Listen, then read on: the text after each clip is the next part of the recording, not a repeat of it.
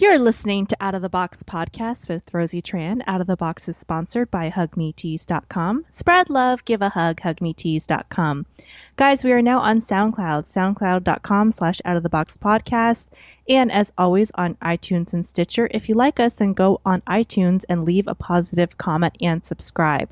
I really do love all the positive comments, and the subscriptions help to raise our numbers on iTunes and get more listeners. So if you're thinking of ways to support the podcast other than going on outoftheboxpodcast.com and clicking on the donate button, and you're getting all this amazing content with all these amazing guests, then just go ahead and subscribe on iTunes, and that will help us out more than you can think. I am very excited today. I have a very special guest. She is an adult film actress and also an entrepreneur, actress, businesswoman, a transgender actress, Venus Lux. Venus, how are you? Hi, I'm good. How are you? Good. I'm very excited to have you on the show. There's been a lot of buzz right now in the transgender world with the Bruce Jenner thing. What are your thoughts on that? Oh my God.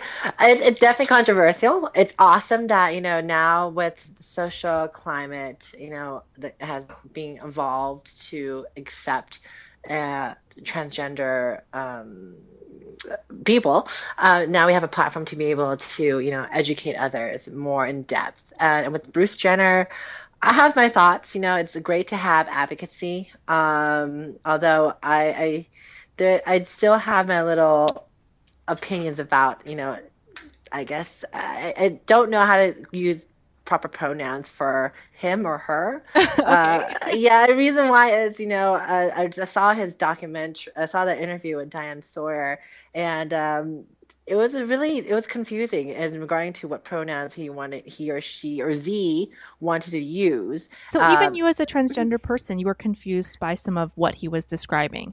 Yeah, I would say Z to keep it gender neutral instead of he or she. And Z wanted to, to talk more about pro- Z's gender identity, but the confusion was during that story, there was a toss of, female and male pronouns along with dressing up still as a male. So for me, it was just, confusing to some degree. I totally agree with him, and I understand identifying as transgender. I guess a matter of just like, okay, well, are you going to really transition? And you have your long hair, but are you going to actually start wearing women's clothing? Hmm. So, yeah, there are a lot of parts of his story I can definitely gravitate to. As I can only imagine, how an individual of his age, of that generation, to transition now, and why not before? But of course, the climate back then was very conservative. So. Yeah, but that's my take on Bruce Jenner. Well, I think it's good, to always have additional dialogue because the transgender voice has been silenced for very long. So, and he's a Hmm. big, prominent figure, so that's a positive. Hmm. But, I think maybe he didn't commit to everything. Maybe he was a bit confused because he Hmm. hasn't made a full commitment. Even though he's Yeah. coming out of the closet per se, there's Hmm. still a lot of confusion. Like you said, for the older generation, maybe they're more used to being closeted with that type of Yeah. thing. Especially with, what society norms of religion, social expectations, stigmas, discrimination. Totally understand that, what really shocks me is like, why now? You're 65 years old, supposedly, and your kids are like in their 30s. I'm like, when your kids turn 18, I'm like, you have that option to like transition already. So, Um, yeah, I'm like, why now? 30, you could have like transitioned 30 years ago. So I don't know. It's yeah, everyone has their own life stories and journeys, but it's just especially with Bruce Jenner with all that fame and part of that family association with Kardashians. You're putting yourself to be scrutinized. So don't be, angry about people's, rumors and what people really think of him. It is, and there's a Um, lot of negativity around the mhm, Kardashian name. I know a lot of people from the older generation that I'm friends with told me, they really looked up to Bruce and they kind of see him mhm, separate from that Kardashian world. mhm, And so they thought when he kind of was coming out as transgender that it was maybe some type of publicity because mhm. that family is so, known for Tied their in. crazy publicity Yeah. stunts and everything. But I think he's really genuine with it, and I'm glad that there's a voice out there because, for me, as many diverse voices and voices of people who maybe are not expressed in the media, that's a positive. Yeah, definitely. We could definitely use more allies, more representatives, more role models in the transgender community. So it's a matter of just, wait. It's a wait game. So we'll just wait and see what happens.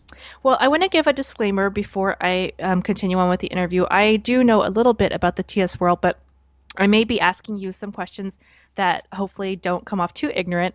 But Hmm. the reason I want to do that is because a lot of people are not that familiar with the transgender world. So I'm Hmm. asking for their knowledge, not Hmm. mine, or maybe my knowledge as well. I guess we can always learn something new. It's all good. No Yeah, worries. I okay. So I totally don't want you to be like, understand. oh my gosh, that's so offensive. Uh, so It's when okay. did You're an you? Asian homegirl. So when did you first? You were born genetically a boy? Is that correct? Yes. Male. And when did you realize that you were, different or felt that you were not, correctly associated with what you saw on the outside? Okay, so you can probably relate to this to some degree. Being raised Asian, you have those traditional beliefs and By the way, what is your expectations from your. Asianality? I'm Chinese. I'm You're Chinese and Chinese. Okay. Mongolian, and I'm assuming you're Vietnamese. Yes, I'm Viet. Okay. Tran is such a Vietnamese last name, but are you part Chinese too? I am a quarter. Okay. I think everyone in Vietnam is a little Chinese just because of Little the history. Chinese. Yeah. Yeah. So with that kind of background, you can only assume, how your parents will react to sexuality or gender. It's not like, in Asian culture or Chinese culture specifically, we don't talk about, sex at all. We don't talk about, gender identities. It's more like work, get a job, make good money, Make money. That's like the main thing, yeah, right? make money, get good education, retire young, have kids, and then take care of us. I'm like, oh my God. So I was really isolated at a young during my childhood, I wasn't being able to really do much research or experiment or even learn about this alternative lifestyle. I felt like, okay, this is what I'm born with. I'm stuck with it. So just live with it. So I did have a lot of emotional turmoil and conflictions, but it didn't really come to a point where I was really cognizant about it till I was like 18, until I really approached a transgender woman who educated me about, this lifestyle that you can live, and this is a choice, and this is who you are, and you don't have to conform.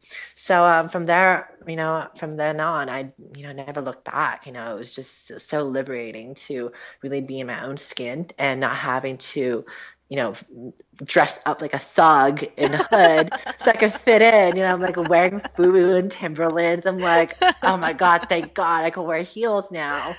Um, So what? So a lot of things people were confused about the Bruce Jenner interview was that he said mhm, that he identified his identity as a female, but that he was attracted to women. So mhm. are you identify yourself as a female? Are you attracted to men, women, both? I am attracted to all. My sexuality does not dictate my gender identity. Hmm. I do identify as a trans woman, but my sexuality doesn't play any role in that. So I like men, women, trans men. I'm open. So in that sense, for sexuality, I don't really apply to the stereotypical. The stereotypical trans person. Yeah.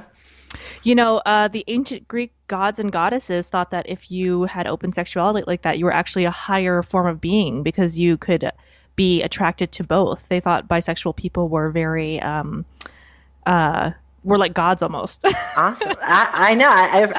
In that case, I'm blessed, to have that, option of like being able to be attracted to everything, and also having a duality of understanding both man and woman Yeah, lifestyles. right. So you like can So, get in people's heads, really. oh yeah, fuck yeah. I'm like, oh, you need a beat off, huh? Yeah. Okay. Well, go to the bathroom. I totally understand. Just handle it. Just go. That's funny. And you were so are you you've transitioning again I know every I've single person is transitioned. different. Past tense. Past tense. Okay, so Hmm. you've had hormone therapy and surgery as well. Yes, but not augmentation on the bottom. Hmm. So I don't contemplate about it too much. It does not really dictate who I am. I'm very comfortable in the body I am in. And yeah, I don't feel like I need to opt to get, sex reassignment surgery. Hmm. So yeah, I'm proud to be trans. I'm a trans woman. Some people do, they keep, there's various, classes, I guess, or variations of transgenderism. Some who are like, okay, at birth, I know this is not my body, it's the wrong body. I hate it. I'm meant to have a vagina. I am a woman. There's those who identify as purely a woman or a man. For me, I'm proud to be trans. And if I'm a trans woman, that's even awesome. So yeah, I'm definitely unique. I'm unique. I don't really conform too much to, what people usually expect out of a transgender woman. But So, that's good. I think there's all sorts of spectrums. A lot of people think, for mhm, sexuality, for example, a lot of mhm, people think you're gay or straight, but mhm. that's not necessarily true. There's so many different spectrums of the sexuality rainbow. Oh, totally. Like, if, for instance, I was giving an analogy the other day. If someone said, they like fucking watermelons, that's a sexuality itself. I'm like, are you gonna create a label for that too?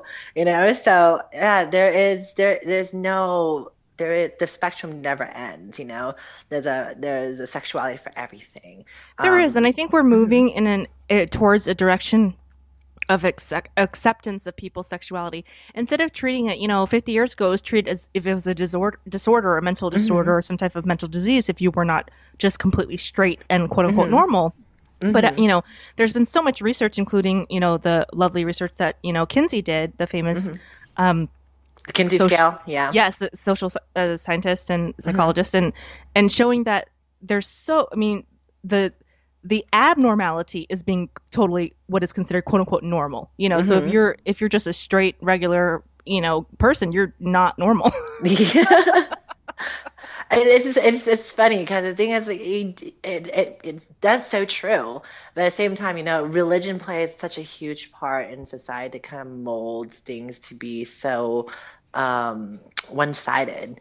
So, it's the society we deal in, and it's the conformity itself. It's not an evil, but it's part of human nature. So, it's a matter of us really kind of taking ourselves out of this mold that people kind of expect us to live our lives within, and be able to kind of break out and get out of this kind of sheep to shepherd, mentality, and really just, find your true happiness and be able to do it in a unshameful manner. It So, is. And the mold mhm, is actually people who want you to fit into a mold or any mold in general are actually mhm, projecting outward because they're scared that you'll find out about their insecurities or differences or exactly. so when someone is very adamant about fitting into a very specific stereotype of how people should be, it makes me Mhm. wonder what demons they're hiding in their closet. Oh yeah, yeah. Look at 50 Shades of Grey. Come on, like, really? Like, yeah, people are like, oh no, no, I'm so not into that. I'm like, it was a box office hit. I'm like, really? That's a census itself showcasing that people are open to everything, to things that aren't normal. The norm. Well, what is Yeah, considered the norm? And I want yeah, to it is. I It is normal. I totally agree with everything you said. I just want to make one adjustment to a comment that you made. I think when Mhm, you are talking about religion, you're talking about traditional religion because there's a lot of religion, spirituality, or other things that are becoming more open towards mhm, what's the norm right now. mhm. Did you grow up in a traditional religious household or? Yeah, yeah, partially Muslim and partially Buddhist and Mm-hmm. Taoist. Thank God for the Taoist and Buddhism part. It was more accepting.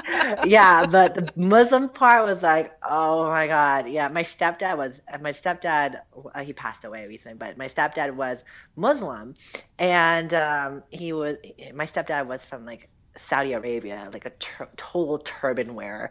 Um, but great guy. But the thing is, like, he wasn't, he wasn't really knowledgeable or open to the fact that I was different. He raised me from a toddler to where I am today, and just him seeing me change, it just wasn't really at its comfort level. So It Did was he ever try to tough. change you or keep you in that box? No, he was just we had a very standoffish relationship. We'll say hi and that's it, but we never talk at all. It's because of the fact that it's like, what common ground do we have? Back then, before my transition, I defaulted and identified as gay because I did not know any other categories or labels to put myself. So he did not like that aspect. He was like, "Oh my God, you should be a man. And I should buff you up. I should teach you how to play sports." I'm like, I'm not into that. You're like, no. I'd rather stay here and like sew a pillow with my mom. So we're having to deal with that and kind of have that pressure on you, and made it very uneasy to kind of really open his mind and building our relationship again. So that was kind of my situation, my family, And what and with about your religion. mother? My mother, she's a Chinese part, and she's I guess she's tolerant but not approving. So she just tolerates it. It's I like, think okay, that sounds like whatever. all Asian parents towards their kids. Oh yeah, totally. So normal. Like, okay, you knocked this girl up, okay, whatever. But yeah, don't expect me to, pay or cook dinner for you or clean your bed. You're doing that yourself. Yeah, it's no, It's so we sad because, we modern don't the get modern shunned, it's but changing a little bit, but the modern mhm. Asian parent is, very stoic in that way. Yet Oh all these yeah. amazing open-minded philosophies come from the Eastern world. So it's kind of this duality as well. Hypocritical, right? I know. It's so weird, but I think it's because I don't know, Chinese in general, they're just communists, so they're very, when it comes to discipline and mental stability and ambitions, they're just on it. Yeah, and it's funny too, like having such a diverse culture, Asian culture, and having, the demographic of the population in the world, I would say probably what predominantly Asian. Hmm. But the thing is, like, they don't talk about sex or gender. And the thing is, most Asian families or parents, they get married, have kids, and they don't have sex anymore, and it's just a stagnant relationship. And I'm just like, why put yourself in that situation? It is, and So there's a lot of cheating among the male oh demographic of yeah, Asian men. It's very sad. but it's tolerated to some degree, except for in Taiwan, which I saw some of these videos of like the wives beating up the mistress. I was like, hell yeah, get it. Oh, I'm betting on the wife.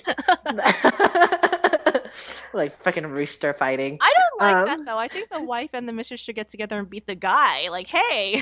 well, the thing is, in Asian culture, because having mistresses, it's so normal, especially coming from our history of like The emperors first and wife, second wife, third wife. yeah, right. So it's tolerated. So women don't really have a say, and men do, they take charge of everything in society. So really, women don't really have a say. So they're just tolerated to some degree, where unless you just blow up and you just beat the shit out of the mistress, there's no reason to beat up the man that you're staying with because he's paying all the bills and he's obligated to. So yeah, it's Asian culture is just a piece of it's a fuck fest.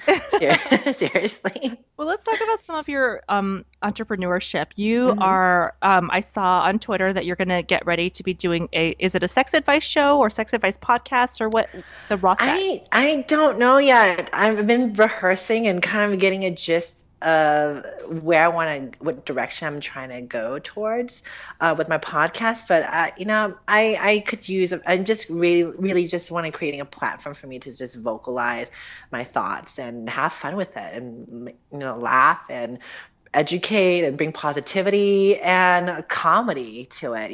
Life is so serious with me because I'm always so focused on my career. So having this podcast is more like an outlet of expression. So I think I'm just going to leave it at that. Keep it open. You will never ever predict what the show is going to be about.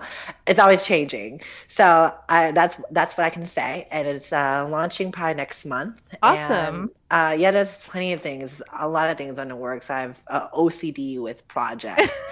Uh, Well, you were saying you want a platform, but you have a blog and also a book that you publish with, your thoughts on, transgender and other yes. things, correct? hmm I have been writing for the past 2.5 years for my column Venus Rising on AIPdaily.com, and I've been doing that for a while. And it's just a collection of articles of my life, of being in porn, being Asian, uh, social issues, transgender issues, dating advice, fan questions. So it's from this book, I was able to put together, a collection of a variety of things that I'm passionate about and be able to showcase it to individuals who don't really necessarily know who I am or know what I'm all about, and be able to have a little taste of everything, like an Asian sampler plate. So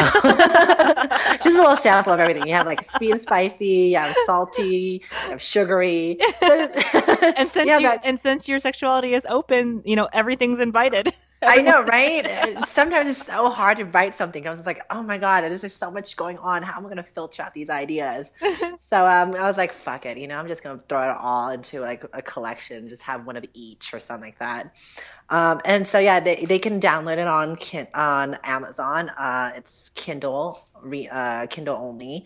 No hardcover yet, but I will be continue making more series More of content, right? this con of these books, these ebooks, and I guess in time I'll make a hardcover novel or something. So we'll see. But other than that, I think I keep myself busy enough with. You sound very busy. I do directing and managing my film production company and producing content, exclusive feature content, and doing these other side projects of the podcast and my column and sex and gender education, and the list goes on. I just have. See, you are Asian. You never stop working. Yeah, I know, right? Freaking A. I know. I'm supposed to be ABC for God's sakes. And here I am acting like a total fob. I want to ask So, you, what is your typical fan base? Because for me, being an Asian woman, it's a little mhm, frustrating because I get a lot of, and I love my fans. First of all, I love my mhm, fans; they're totally awesome, and I love mhm. when they come out to see me do stand up. I love when they listen to the podcast. But I have a lot of yellow fever white boys. Oh my God, I'm the same way too. It's like, can I get some girl fans, please? I know, right? But it's funny. It's the new thing, potatoes and rice. So I'm like, okay, hey, sure. Do you I'm notice gonna that it's just it seems to be one demographic or No, actually, for me, because I do porn, and I just happen to be Asian, and but I'm being pansexual and being a pansexual porn star. I my audience ranges from couples to lesbians to gays to cross dressers Mhm. to default straight guys. So literally, there is I'm jealous you a have more options. more so many options, so many communities, which is awesome. But the thing is, like, it's hard to kind of satisfy all of them. So I'm like, they're like, when are you shooting another scene with a girl? Like, when are you shooting with you fucking another tranny? I'm like, I don't know. I don't. This My penis can only go around so many times. I'm sorry. So yeah, it's sometimes it's tough to please my crowd, and most of my audience are white identified, and it's definitely nice, but I could use some more variety. I do want to tap into my Asian fans. I feel like I have some, but I don't know how many, because I'm pretty sure in Asian culture you want to kind of keep it behind closed doors. I know that's a sad thing. Um, I don't like it. yeah, well, I think it applies to like everyone else, but with Asians, it's like it's weird. Like they're total freaks, but then like they'll never admit to it. Never, ever. Um, and I've met a few of my Asian fans, from Taiwan, from Hong Kong, from Vietnam, but I don't know. I don't see the consistency. I think more so because of most of well, not most of Asia, it's communist. Vietnam and only China is communist. Well, I'm But surprised there's not more fans from Southeast Asia because, I mean, just oh in yeah, general, Indians, lots of Indians, that's there for are. Okay. sure. Yeah. Yeah, but sometimes it just kind of throws me off because they're English, kind of like the little accent, I'm like, what do you say? Uh, but I love all my fans. Definitely would like to do more research in regarding to like, what part of my fan base Guys, are. message Venus on Twitter and let her know. Yeah, DM let her me and let her know know. what her fan base is. I really want to go to China, and that for me, go to China again. I went to China before, but I really want to go to China. So I do want to see if it's worth my time to go to China and like meet my fans. But I Hmm. don't want to be executed either. That's So not good. I know, right? What is Yeah. the official Chinese attitude towards the transgender people? Because, in the U.S. it's still very mixed. Even though we're the land of the free, there's a Hmm. lot of areas in the U.S. that are more conservative and very Hmm. mixed. You know Oh what? yeah. And I remember a friend of mine was saying that in Iran of all countries, they're pretty tolerant towards transgender. I don't know if that's true or not. Um, Well, there's Dana International, mhm. who is a transgender vocal singer and a songwriter who is very well known actually from Iran. Um, yeah, I think I don't know, it's interesting of all places Iran, right? I've heard that But they're very open. They're very um, close-minded towards gay people, but for some huh. reason, transgender, they're very accepting. It's something um, I'm not sure why. I think he said something about because if you're gay, then you're attracted to the same sex, and that's considered Hmm. wrong. But if you're transgender, then you're trapped in another body, or they consider it trapped in another body, so that's Hmm. okay.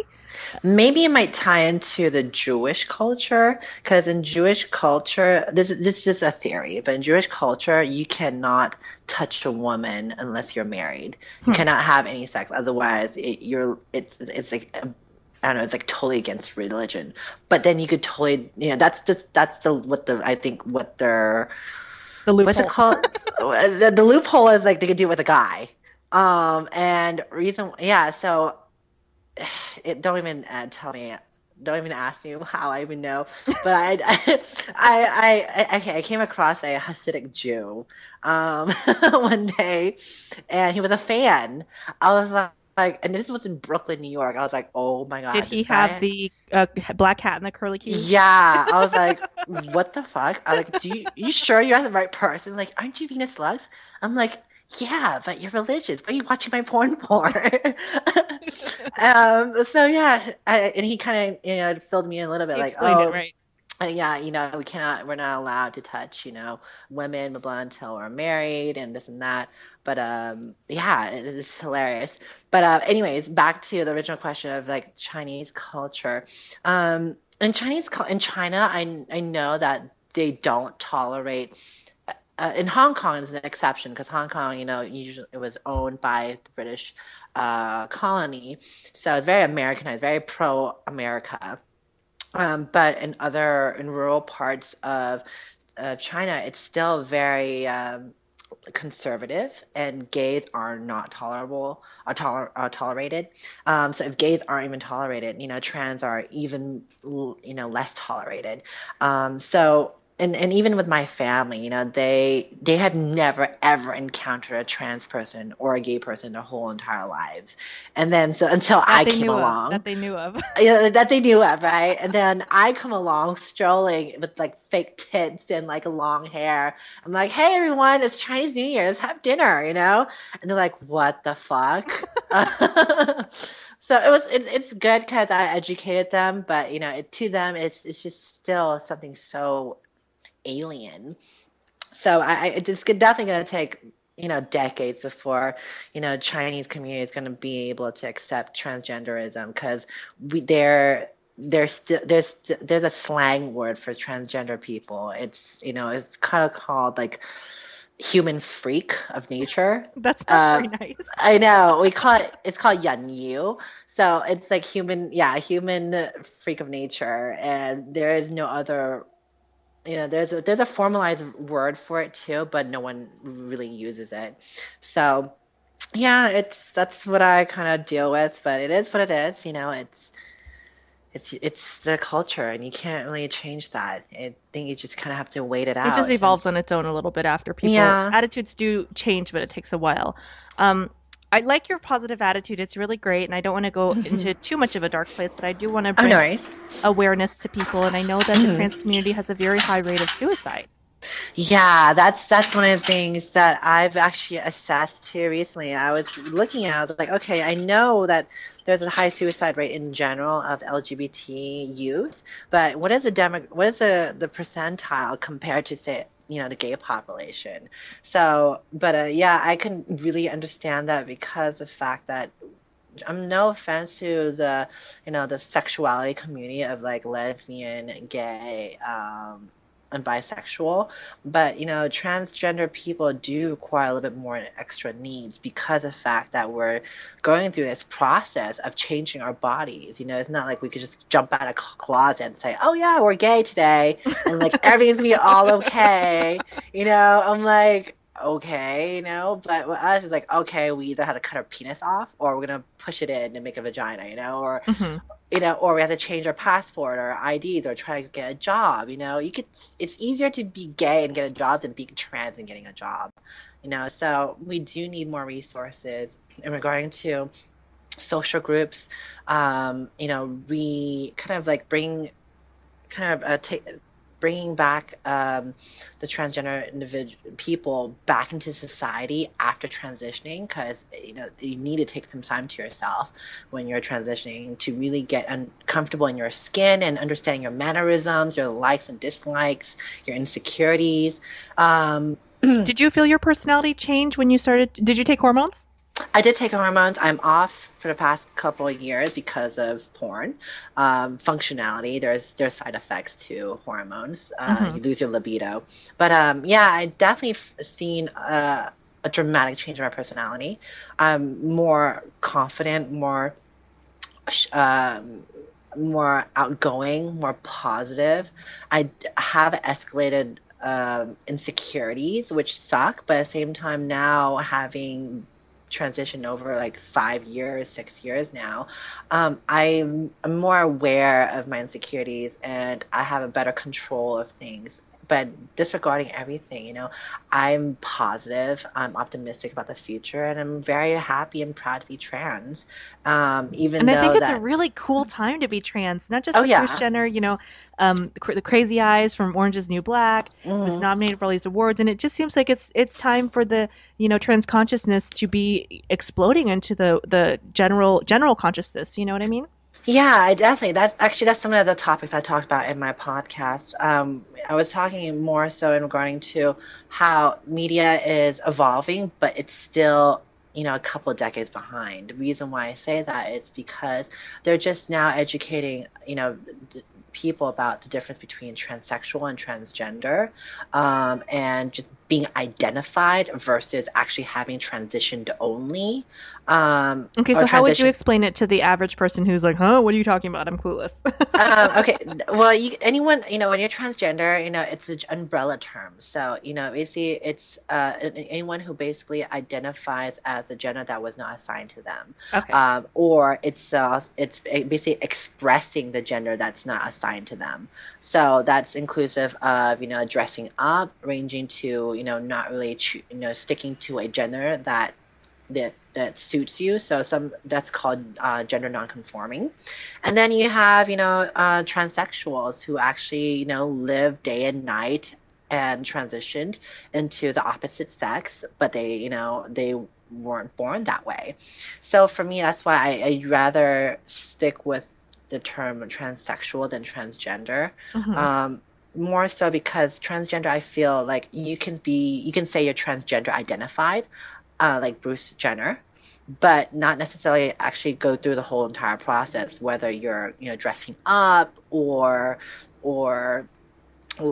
actually going through the surgery and augmentation, so you can still be transgender and identify as transgender and say, I am, a woman, but I'm trans.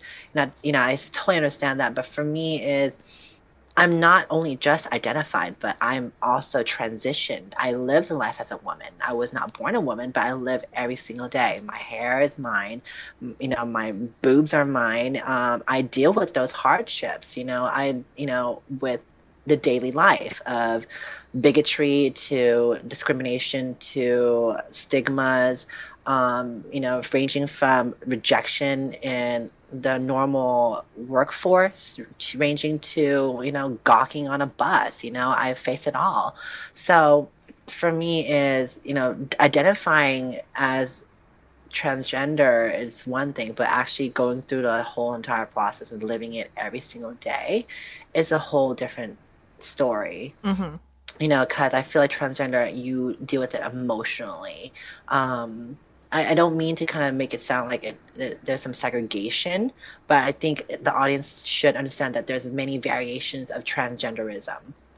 That is just not like, Bruce It's not Jenner. just one thing. Yeah. Yeah, it's not just one thing. There's many, many variations, and same thing goes for gender dysphoria. I don't like the term, but it's the best term right now. But there's And many what is gender variations. dysphoria? Gender dysphoria is someone who basically does not identify as the gender that they are assigned. So Dysphoria sounds like a mental illness. I don't like it's that I term know, either. right? I know it sucks. I'm like, I don't like this term.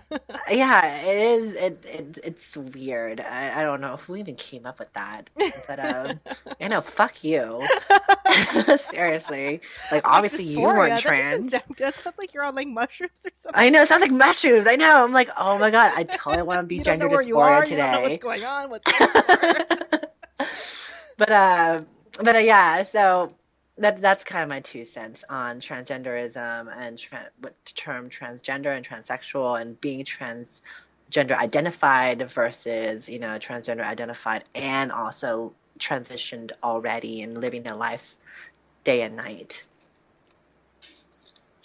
So you're saying, you're proud of what you are, and you like that distinction. I do, and I think because of the fact that there is a lot of personally, it's very personal to me, because you know more so of individuals who do it for a form of expression, opposed to actually living as a lifestyle. Hmm. So you can dress up, and call yourself trans, and then the next day you're back to your birth gender. It's kind of offensive to me, actually, because Because you're embodying the lifestyle. yeah, I feel like I'm getting mocked, and I feel like those. I'm not being prejudiced here. I'm not trying to be, but personally, it's just like, you're not representing the term transgender very well. You're using it in such a loose manner that you are confusing others. And on top of that, for instance, like now, Medi-Cal or Medicare is covering for surgeries. Well, okay, well, there needs to be some distinction to kind of give individuals, equality, equal chances of getting surgery since it's free. There's Hmm. a long list, there's a long wait, and there should be some distinction like, okay, you've been going through hormone therapy for 10 years, so are top priority versus a person who just transitioned 6 months and they want this done, they want that done. Hmm. So really, I think it's more so like nowadays in transgender society, there's a lot of people who don't they misconstrue the fact of transgender as a being transgender as a lifestyle. They think of it as a hobby. I know some of these girls who gotten all this surgery and transitioned so fast within 1 year, they become depressed. Like, oh my God, I wish I didn't do this. I wish I didn't do that. Why do you think they become depressed? It's more of conformity. People in transgender women society, there's a lot of materialism, a lot of superficiality, Hmm. um, focusing on the aesthetics and more so of like attracting a man. So people really don't really fully understand the purpose of transitioning, if it's for the sake of happiness or for the sake of finding a man. And they do the transition for the wrong reasons, like getting facial surgeries. And I'm like, if it makes you happy, awesome. But if you're doing just so you can attract a guy and make money, or be a superstar or be famous, I'm like, you're doing it for the wrong reasons. It's for the purpose of being happy and being in your own skin, Being who not you really about are, representing who you really exactly. are as a person. And especially nowadays, I hate to point names, but there's a certain person off of RuPaul's Drag Race, um, Okay. and who transitioned after being on the show, and I feel like, I'm not judging it, but my theory is, I'm like, they did it for the fame, they did it for the fortune, they're doing it for the publicity, Yeah, that's and bullshit. yeah, I don't really, yeah, there's That's some such people like impossible that. reasons, not only because you're not, going to be happy that way, you're not being authentically who you are, but in Hmm. addition to that, you're giving a bad name, like you said, to people who have actually struggled to represent their identity for Hmm. authenticity purposes. Exactly. And being transgender is not about surgeries at all. If it makes you happy, awesome. But it's not, there should be the association of surgery and transgenderism, should totally be disassociated because, I feel like people always think like, okay, when you transition, you have to get this done, you get boob jobs, get your face done, get your ass implants, and get your hairline lowered or whatever, or jawline shaven down. I'm like, no, you know, it's about just being your own skin, who you are, living the life, and just being happy again. So I think, again, like as I said, there's a lot of emotional turmoil in the transgender community. People don't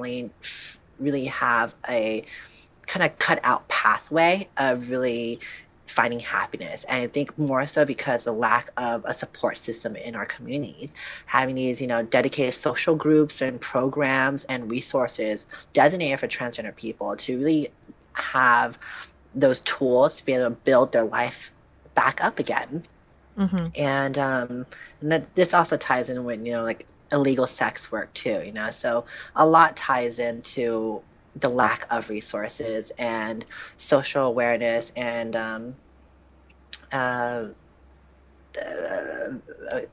God, just being aware.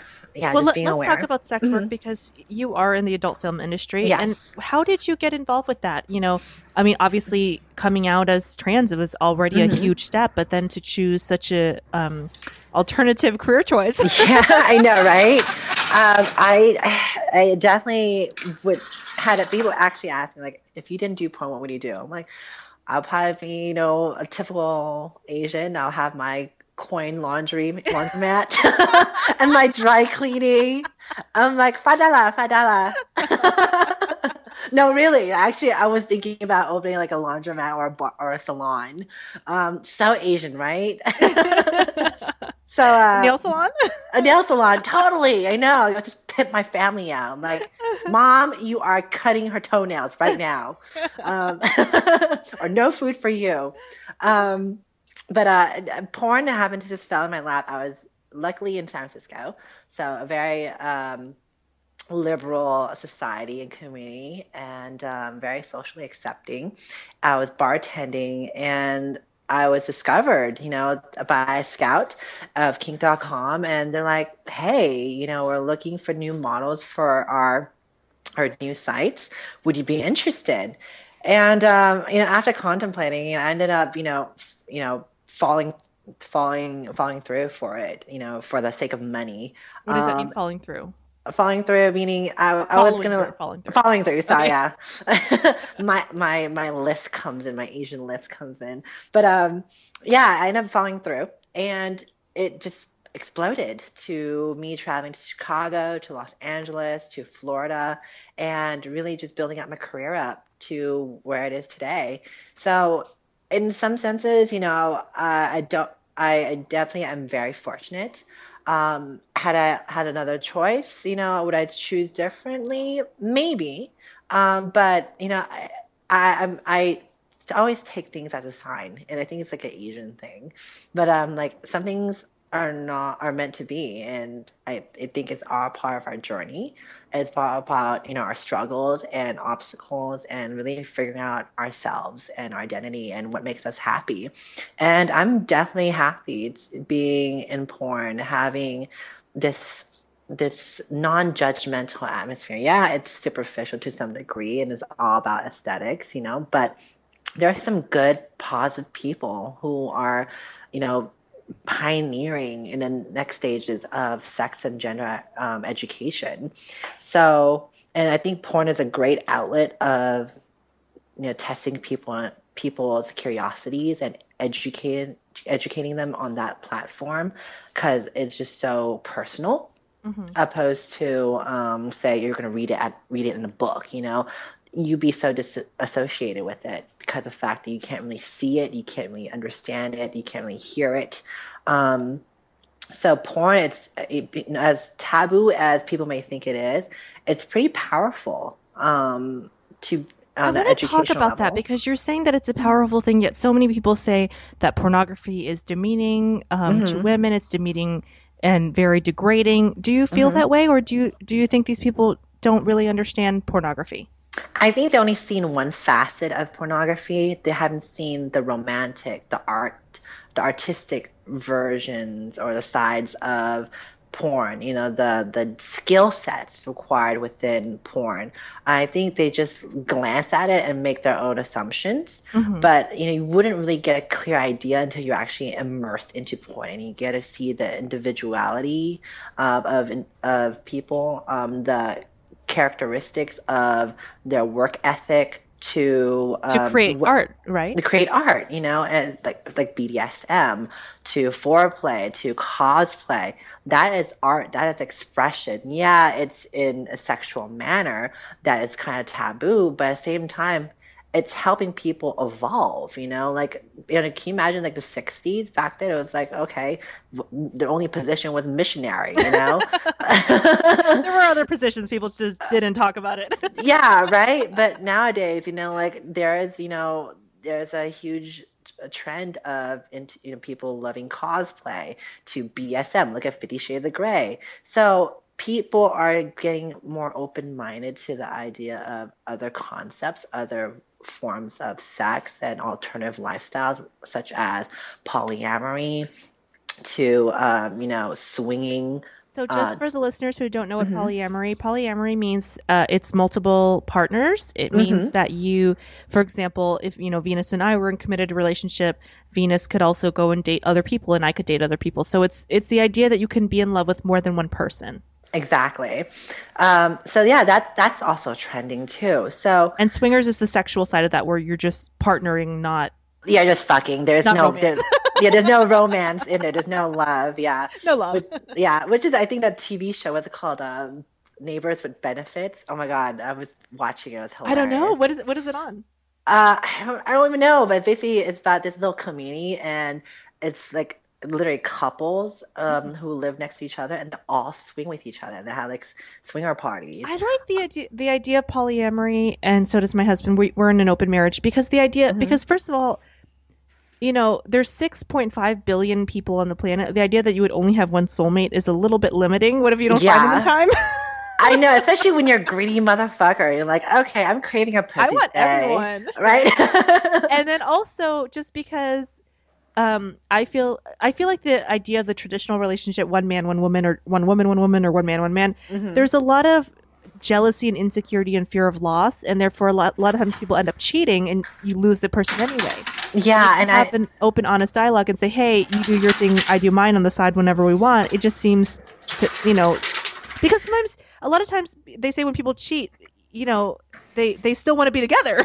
yeah, I'm totally pro poly. I'm trying to look for a poly myself, but being who I am, it just makes things even more complicated. Being a greedy bitch, um, and also being in porn. But the thing is with poly is that you really, a successful poly situation, you really need to have a good foundation of trust and And a lot of honesty, communication. right? Exactly, Yeah. and very few people can, really have that and build that up and willing to focus on that. That's the biggest distinction between, swinging and, and poly is just being having that trust to be able to say, okay, yeah, have fun, babe, say Hi hi to to Joe for me or Ryan, whatever. Joe for me, yeah, um, Well, I like it better, and I think that mhm, a lot of people think that the poly lifestyle is just swingers. They're just having sex with whoever. But like you said, there's a lot of honesty involved, and you really have to confront your demons. You have to confront your jealousy, your insecurity, and this and that, and know that mhm, the person loves you and they want to be with you. But be okay with the idea because let's be real, Venus. Every single person in a relationship has looked at someone else's butt or looked at someone else's oh like yeah. whatever and said, "Wow, I want a piece of that," you know? I think it's a psychological thing, more so of, how human evolution of relationships evolved over time, like ranging from the 1900s to the 50s to now. And I think nowadays with so much pressure on, in a relationship, like, okay, having kids, getting married, having a, dual income, and, having the freedom and having the excitement still, I think people try to put too many eggs in one basket, and trying to putting that pressure on your partner to be your best friend, be your confidant, be your lover, be your husband, be your baby daddy. It's just a lot of pressure on one person, and I think it just makes it so unhealthy and becomes very poisonous. I'm So, glad you said that. That's a very good mhm, point. And there's actually studies that show because before we were living we're now in nuclear families, and before we were living in mhm, a tribal society back, in exactly. Native American days. So when we were, we're spreading that out among other people. Sometimes, for example, maybe I would have my main partner, my husband, and then Hmm. if I needed to vent, I would go with my girlfriends, or I would go, if Yeah. he needed to. There was some type of, I think I read that in society you would have your wife or your significant other, husband, spouse, whatever, and then there were certain contracts you could have between other couples where you could, Hmm. do whatever in a friendly way, and it was agreed upon. Hmm. And I like that better than just putting everything on my poor husband. Yeah, it's like I said, it's very poisonous. And top of that, it's hard to be able to balance everything, especially when you're in a, confined area for so long. So I think everyone should really explore polyamory. It's so healthy, but of course, really be educated and be cognizant about, the jealousy aspect, the trust, the communication, the honesty, having that as the core and expand on it, and keep life happy and exciting. And even if you have kids or don't have kids, you could still have that balance of, a good lover, a good person who you truly love and trust and can care for you, and a person to take care of your kids. And you have someone who just, take care of your needs whenever you need to. And say your husband's outside working and coming home late and you need to get off right now. Well, you have that trust and you'll get it. And then you're not, at home waiting like, oh my God, where have you been? I've been dying to fuck, and you're I like have eight needs. hours Where are late. you? I know, right? So yeah, you just put your eggs in all in one basket, which can literally tip the scale. I think there's a So, lot of negativity associated with polyamory because people think of polygamy. And when people think of polygamy, I think a lot of people think of the repression of women because there's this image of one man with like five or six, seven women, yeah. harem, and this repression of women.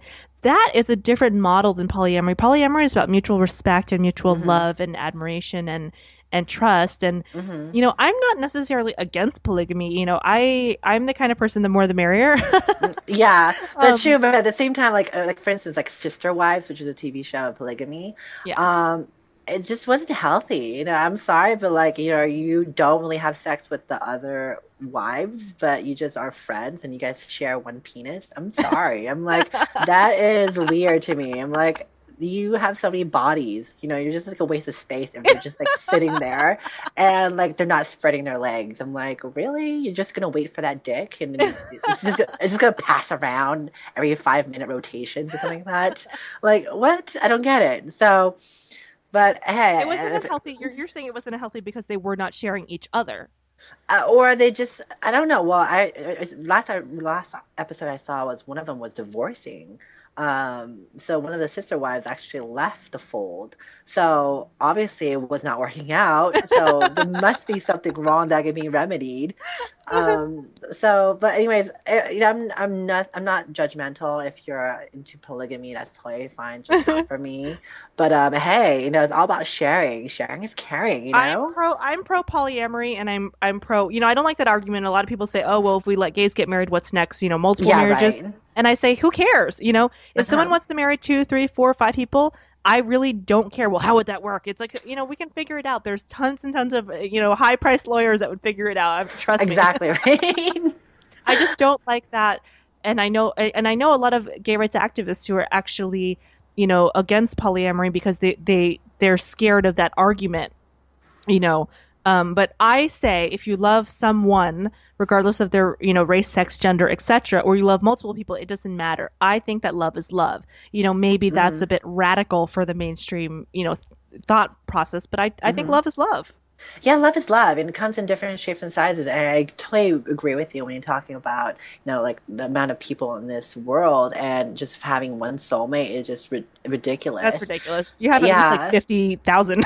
I know, right? Of all those sex partners you ever had sex with, I'm pretty sure you have something that you still like about that person. So, love is excessive. It's not limitless, and it doesn't come in any size or any color. So, yeah, just embrace it and whatever makes you happy. At the end of the day, if you're happy, who gives a fuck, It right? does. And for all those people out there, or those anti open advocates who say, well, what about the children? What about the children? There are so many studies that have been done that, first of all, um, children raised in same sex couples are actually more open minded. And then Oh, as yeah. far as polyamory, there's been studies done on that as well. And children that grow up in polyamorous families actually are usually healthier because they have a bigger support system of adults. Instead of just one mom and one dad, they have Hmm. multiple moms and multiple dads who Hmm. support them. So, the science is for more love, more openness, not less. Yes, exactly. And children who grow up in polyamorous households or same-sex households actually deal with adversity better because they see the hatred that's towards their family members. Very interesting. That's pretty Yeah. So insightful. more adversity, more differentness, more, diversity, because that Hmm. makes you, homogenization is not healthy for emotional and mental development. Yeah, especially with that kind of pool of exposure, if you come from a background that's very cultured and very open and that does not judgmental, that just is passed on to the children, I think that's just common sense. But anyways, that's a total That's a debatable. whole totally different podcast. Yeah. Well, we have to wrap up soon, but I just want everyone to be able to follow you, fan you, learn more about you. So what is your Twitter? Do you have a Facebook? Do you have a fan page? Do you have a website? Okay, yeah, I'll go ahead and plug myself. Okay, so all my fans out there, new fans who want to learn more about me, check out my Twitter at Venus Lux. It is the designated source for everything new and what's going on with my life, ranging from whether I'm coming with a new shoot, a new project, a new podcast. I do everything. There's nothing that I won't try or dabble in or do. So follow me at Venus Lux on Twitter or Instagram at Venus Lux. And also, if you're interested in seeing more of my content and seeing what I'm all about, whether I'm fucking a girl, fucking a guy, or a tranny, check out my site, venus-lux.com. And stay tuned for upcoming podcasts and my new book on Amazon, Venus Lux Diaries. Well, much luck to you, Venus. You sound like you have a lot going on and that you're really, pushing the envelope, which I appreciate. And guys, I will have all of Venus's information as always on outoftheboxpodcast.com. So if you can't understand her sexy Chinese accent, then it will be on there. And she's hot. Venus, you're a hottie. Thanks, thanks. And follow her on Twitter at Venus Lux. And as always, I'm at Funny Rosie. Anything else coming up, Venus? I will be in New York on May 7th. I'll be speaking at NYU. I don't know if it's gonna be public or not. I have to double check on that. I'm also hosting a comedy show in New York. So find out more details later on Twitter. Yeah, guys, just And follow her on Twitter. You'll get just all the follow me on updates. Twitter. Yeah, definitely. Well, Thank Venus, you so thank you so much. much for being a guest on our show. Pleasure. It's nice to actually, I think you're like the first Asian to interview me. That's That's freaking awesome. Asian awesome. power. I know, It's a right? Hell superpower. yeah. Until next time. Thank you Yes, so and much. thank you so much. And guys, this has been Out of the Box podcast with Rosie Tran. Don't forget to visit our sponsors, hugmetease.com. Spread love, give a hug, hugmetease.com. And as always, we're on SoundCloud, Stitcher, and iTunes. Guys, I love the positive emails, but what helps even more is a positive comment on iTunes.